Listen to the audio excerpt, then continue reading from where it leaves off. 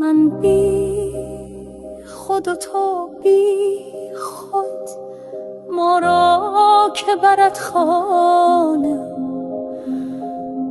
من چند تو را گفتم کم خور دو سه پیمانه. در شهر یکی کس را هوشیار نمی بینم، هر یک بتر از دیگر شوری و دیوانه. جانا به خراباتات تا لذت جان بینی، جان را چه خوشی باشد بی صحبت جانادو. هر گوشه یکی مستی، دستی زبر دستی، آن ساقی هر هستی با ساغر شاهانه. تو وقف خراباتی، دخلت می و خرجت می، زین وقت به هوشیاران مسپار یکی دانه. ای لولی بربط زن تو مستری یا من، ای پیش چو تو مستی افسون من افسانه. از خانه برون رفتم مستیم به پیش آمد، در هر نظرش مزمر صد گلشن و کاشانه.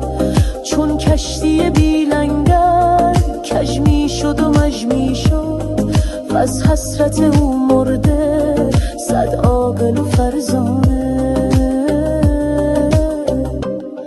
گفتم ز کجایی تو، تسخر زد و گفت ای جان، نیمیم ز ترکستان، نیمیم ز فرغانه، نیمیم ز آب و گل، نیمیم ز جان و دل، نیمیم لب دریا، نیمی همه دردانه. گفتم که رفیقی کن با من که منم خویشت، گفتا که بنشناسم من خویش ز بیگانه. من بی دل و دستارم در خانه خمارم، یک سینه سخن دارم این شرح ده همیانه.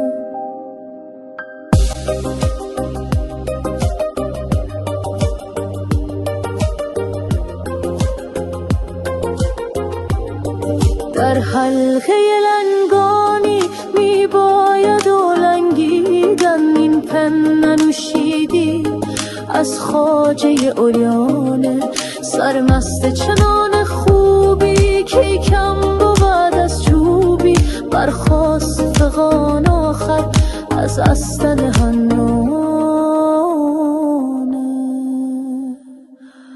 من بی خود و تو بی خود ما را که برد خانه.